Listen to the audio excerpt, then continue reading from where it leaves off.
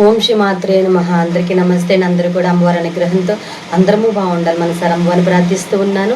ఈ రోజున శివానంద లహరిలోని 56వ శ్లోకం గురించి అయితే మనము విందాము. ఈ శ్లోకంలో ఆచార్యులు వారు ఏం చెప్తూ ఉన్నారు, తర్వాత ప్రతి పాదానికి కూడా మనం అర్థమైతే తెలుసుకుందాము. ఈ శ్లోకము నిత్యము పఠించవలసిన శ్లోకంలో ఇది ఒక ముఖ్యమైన శ్లోకం అన్నమాట. అయితే తర్వాత మనము ఈ 55 శ్లోకాలు ఎవరైతే వినని వాళ్ళు ఉంటారో నేను ప్లేలిస్ట్ అయితే ఇచ్చి ఉన్నాను, అక్కడి నుంచి వినడానికి అయితే ప్రయత్నం అయితే చేయండి. అయితే ఇప్పుడు మనము 56వ శ్లోకం గురించి అయితే శివానంద లహరి. ఈ శ్లోకంలో ఆచార్యులు వారు ఏం చెప్తూ ఉన్నారంటే, సకల ప్రపంచ స్వరూపుడైన పరమేశ్వరుని శంకర్లు స్తుతిస్తూ ఉన్నారు. ముందుగా మన శ్లోకం అయితే విందాము. నిత్యాయ గుణాత్మనే పురజితే కాత్యాయని శ్రేయసే సత్యాయాది కుటుంబినే మునిమనః ప్రత్యక్ష చిన్మూర్తయే మాయా సృష్ట జగత్రయాయ సకలాంనాయాంత సంచారిణే సాయం తాండవ సంభ్రమాయ జటినే సేయం నతిశంభవే. ఈ శ్లోకానికి పదవిభాగము ఏ విధంగా చేసుకోవాలంటే, నిత్యాయ త్రిగుణాత్మనే పురజితే కాత్యాయని శ్రేయసే సత్యాయ ఆది కుటుంబిని మునిమనః ప్రత్యక్ష చిన్మూర్తయే మాయాసృష్ట జగత్రయాయ సకలాంన్యాయాంత సంచారిణే సాయం తాండవ సంభ్రమాయ జటినే సాయం నతి శంభవే. ఇక టీకా గురించి మనం విందాం. నిత్యాయ శాశ్వతుడును, త్రిగుణాత్మనే త్రిగుణ ప్లస్ ఆత్మనే సత్వరజస్తమో గుణములు శరీరముగా గలవాడును, బ్రహ్మ విష్ణు రుద్రస్వరూపుడును, పురజితే స్థూల సూక్ష్మ కారణ శరీరములను త్రిపురాసులను జయించిన వాడును, కాత్యాయని శ్రేయసే పార్వతీదేవి యొక్క తపఫలమైన వాడును, సత్యాయ భూత భవిష్యత్ వర్తమాన కాలము మూడింటి యందును బాధ లేని వాడును, సత్యమునకు నిలయమైన వాడును, ఆది కుటుంబినే మొట్టమొదటి సంసారి అయిన వాడును, జగత్తును తాను సృష్టించిన వాడును కావున మొదటి సంసారి అయిన వాడును, మునిమనః ప్రత్యక్ష చిన్మూర్తయే మునీశ్వరుల యొక్క మనస్సులకు ప్రత్యక్ష గోచరమైన చిన్మూర్తయే చిత్ ప్లస్ మూర్తయే జ్ఞానస్వరూపుడును, మాయా సృష్ట జగత్రయాయ మాయ శక్తి చేత సృజింపబడిన జగత్రయాయ ముల్లోకములు గలవాడును, సకలాంనాయాంత సంచారిణి సకల సమస్తమైన ఆమ్నాయాంత ఉపనిషత్తులు యందు సంచరించువాడును, ఉపనిషత్తు వాక్యములచే బోధింపబడివాడును, సాయం తాండవ సంభ్రమాయ సాయం కాలమున తాండవ మాడుటయందు సంభ్రమాయ తొందరగలవాడును, జటినే జడలు ధరించిన వాడును, సంభవే సుఖోత్పత్తి కారణమైన వాడును అయిన పరమేశ్వరుని కొరకు ఇయం ఈ నతి నమస్కారం అగుగాక. ఇక తాత్పర్యం అయితే మనము విందాం.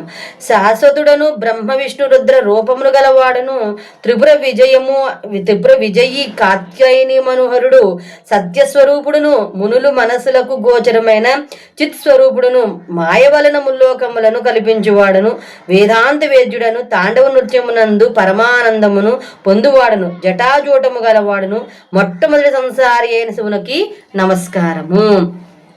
ఈ శ్లోకము శివుని స్తుతించే ఒక గొప్ప అద్భుత స్తోత్రం. ఈశ్వరుడు నిత్యుడు, సత్వరజస్తమో గుణస్వరూపుడు, స్థూల సూక్ష్మ కారణ రూపములైన త్రిపురములను జయించినవాడు, పార్వతీ తపఫల స్వరూపుడు, ప్రథమ సంసారి, మునీశ్వరుల మనసులకు గోచరమయ్యే చిస్వరూపుడు, మాయతో 3 లోకాలను సృష్టించేవాడు, వేదాంతముల యందు అనగా ఉపనిషత్తుల్లో సంచరించేవాడు, సాయంకాల నర్తమునందు తొందరగలవాడు, జటాజూటము గలవాడు, ఆయనకు నమస్కారము.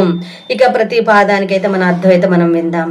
నిత్యాయ త్రిగుణాత్మనే, ఇవన్నీ ఈశ్వరుని గుణగణాలను వర్ణించి చెప్పే విశేషణాలు.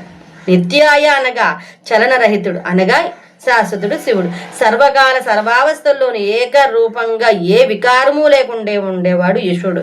త్రిగుణాత్మకుడు అంటే సత్వము రజస్సు తమస్సు అనే 3 గుణాలతో బ్రహ్మ విష్ణు మహేశ్వర నామంతో 3 రూపాలను పొందినవాడు. పనిలో ఉన్న భేదాన్ని బట్టి వ్యవహారము కోసం బ్రహ్మ విష్ణు మహేశ్వరుడు అనుకోవడమే గాని ఆ 3 శివుని మూర్తులే. పురజితే తర్వాతది పురములు 3 స్థూల సూక్ష్మ కారణమని వాటికి పేర్లు. ఇవి జీవులను పరమేశ్వరు నుండి వేరు సంసార బంధంలో చిక్కుకొని పోయే విధంగా చూసి హింసిస్తాయి. అందుకే వాటికి అసురులని పేరు పెట్టారు. ఆ త్రిపురాసులను జయించడం మానవులకు దుష్కరం. వాటిని జయించకపోతే సచ్చిదానందమైన పరమేశ్వర తత్వంతో ఏకరూపకత కలగదు. అది కలిగితే పరమానందం కలగకపోవటం, పరమ దుఃఖం, అందరికీ ఆనందం అందించడమే పరమ లక్ష్యంగా ఈశ్వరుడు స్థూల సూక్ష్మ కారణ శరీరాలనే పురాలను 3 జయించాడు. అందుకే ఈశ్వరుడు పూరజిత్తు. ఈశ్వరుడు త్రిపురాసులను జయించాడని పురాణ కథ కూడా ఉంది. అందువల్ల కూడా ఆయన పురభేది. తర్వాత కాత్యాయని శ్రేయసే. కాత్యాయని అంటే పార్వతీదేవి. పార్వతీదేవి యొక్క శ్రేయస్సే అనగా ఆమె చేసిన తపస్సునకు ఫలరూపమైన వాడు కాబట్టి అట్టి పార్వతీపతి అయిన శివునకు నమస్సు. కత్యయుని గోత్రంలో కత్యయుని గోత్రంలో పుట్టింది కాబట్టి పార్వతీదేవి కాత్యాయని. మోక్ష మార్గములు ఎన్ని ఉన్నాయని విచారించేవాడు కత్యనుడు. కాత్యాయని అయిన గోత్రోద్భవ కాత్యాయని ప్రయసే అని కూడా పాఠాంతరంలో ఉంది. దానికి కాత్యాయని భర్త అని అర్థం. తర్వాత సత్యాయ. భూత భవిష్యత్ వర్తమాన కాలములు 3 ఒకే విధంగా ఉండేవాడు సత్యుడు. ఈ ప్రపంచం లోకంలోని వారినందరినీ ఏదో వికారానికి లోంచేస్తుంది. కానీ పరమేశ్వరుడు అవికారుడు. అట్టి సత్యస్వరూపుడైన శివునకు నమస్సులు. ఆది కుటుంబి అంటే మొదటి సంసారి. భక్తులను అనుగ్రహించడం కోసం సంసారిగా వేషం ధరించి నటిస్తున్నాడు ఈశ్వరుడు. ఆయననే పార్వతీ పరమేశ్వరుడు అనే 2 మూర్తులుగా దర్శనం ఇస్తూ భక్తులను అనుగ్రహించడం కోసం లీలగా సంసార యాత్ర సాగిస్తున్నాడు. పార్వతీ పరమేశ్వరు సనాతనులైన దంపతులు. అట్టి తొలి సంసారానికి వందనము. తర్వాత ముని మనః ప్రత్యక్ష చిన్మూర్తి. ఈశ్వరుడు ప్రత్యక్ష చిన్మూర్తి. చిత్ ప్లస్ మూర్తి అంటే జ్ఞానస్వరూపుడు. మూర్తి విద్యల జ్ఞానమే ఈశ్వరుడు అన్నమాట. ఈశ్వరుని సర్వజ్ఞత్వము కేవలం ముని మనః ప్రత్యక్షం అనగా మునీశ్వరుల మనసులకే అది గోచరము అవుతుంది. ఆయన మునులు మనసులకు ప్రత్యక్షంగా ఉండే జ్ఞానమూర్తి.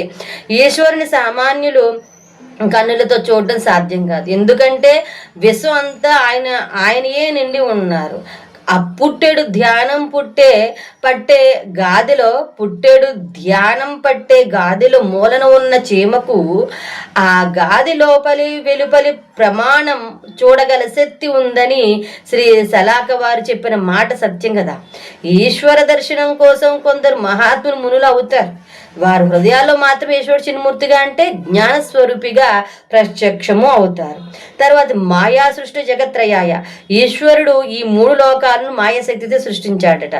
లేని దానికి ఉన్నట్లు అనిపించే దాన్ని మాయా అని శాస్త్రజ్ఞులు చెప్తారు. అంటే మనకు కనిపించే జగత్ అంతా మాయ. దానికి జగత్తుగా చూడటం మాని అందులో ప్రత్యణువులోనూ పరమాత్మను చూడటం సరియైన చూపని మనం గ్రహించాలి. వేదాలు కూడా పరమేశ్వరుని మాయ సృష్టి జగత్రయుడు అని చెప్తున్నాయి. అలా సృష్టించిన పరమాత్మకు వందనము. సకలాంనాయాంత సంచారిణి. తర్వాతది ఆమ్నాయములంటే వేదాలు, ఆమ్నాయాంతములంటే వేదాంతము. వాటిని ఉపనిషత్తులు అంటారు. ఈశ్వరుని వర్ణించే సత్యవాకులని ఉపనిషత్తులు అంటారు. ఉపనిషత్తులు వాంగ్మయం అంతా ఈశ్వర తత్వాన్ని నిరూపించడానికి ఏర్పడింది. ఈశ్వరుడు సకలమైన ఉపనిషత్తుల్లోనూ ప్రతిపాదించబడ్డాడు. అందుకే ఆయన ఉపనిషత్ సంచారుడు. అట్టి పరమేశ్వరునకు నమస్కారము. తర్వాత సాయం తాండవ సంభ్రమాయ. ఈశ్వరుడు సాయం సంధ్యా సమయంలో ఆనందం తాండవం చేస్తాడు. ఆ నృత్యము చాలా ఉద్ధతమైంది. దానిని తాండవం అని పిలుస్తారు. పార్వతీదేవి నృత్యాన్ని లాస్యము అంటారు. పార్వతీ పరమేశ్వర నృత్యములు సర్వత్రా వ్యాపించిన చైతన్యానికి సంకేతాలు. ఆ చైతన్యం లోకాల ఉత్పత్తిని స్థితిని కలుగు చేస్తుంది. ఆ తాండవము నిలిచిపోవడమే ప్రళయం. ఈశ్వరుడు సాయం సమయంలో తాండవ నృత్యం చేయడానికి త్వరపడతాడు. అట్టి శంకరునకు జోహారు. తర్వాత జట అంటే జడలు కలవాడు. ఈశ్వరుడు జటాధారి. వేదము ఈశ్వరుని కపర్దిని నమః అంటుంది. చిత్రంగా అల్లుకుపోయిన ఈశ్వరుని జడల సముదాయానికి అపర్ధమని పేరు. అనంతమైన ఆకాశమే శివునికి అపర్థం, ఈశ్వరునికి అపర్థం ఆకాశం అయితే ఆయన మొత్తం రూపం విరాట్ రూపం ఎంతటితో మనము ఊహించగలం. అటువంటి జటాజూటధారి శంకరునకు ప్రణతి. తర్వాత సేయన్ నది శంభవే, సంభవే అనగా సుఖమును కలిగించేవాడైన శివునికి స+యం++ నది అనగా ఇదే నా నమస్కారము. పైన చెప్పిన గుణములు గల శంభునకు నేను ఇదిగో నమస్కరిస్తున్నానని భావం. నిత్యం పఠించవలసిన స్తోత్రాల్లో అంతవరకు స్వస్తి. ఆ భగవాన్ యొక్క అనుగ్రహణ మనందరిపైన ఉండని కోరుకుంటూ ఉన్నాను. సర్వేజన సుఖినో సమస్త మంగళాని భవంతు. స్వస్తి. ఓం శ్రీమాత్రే నమః. హరహర శంకర, జయ జయ శంకర. నేను చెప్పిన ఈ ఇన్ఫర్మేషన్ మీకు ఎలా అనిపించింది అనేది కమెంట్ సెక్షన్లో తెలియజేయండి. మీకు నచ్చితే లైక్ చేయండి, షేర్ చేయండి. తర్వాత మన ఛానల్ అయితే సబ్స్క్రైబ్ చేసుకుని పక్కన ఉన్న బెల్ ఐకాన్ ఏలాల్లో పెట్టుకోండి. నేను ఎప్పుడు వీడియో అప్లోడ్ చేస్తే మీ మొబైల్కి నోటిఫికేషన్ అనేది వస్తుంది. ఓం శ్రీమాత్రే నమః.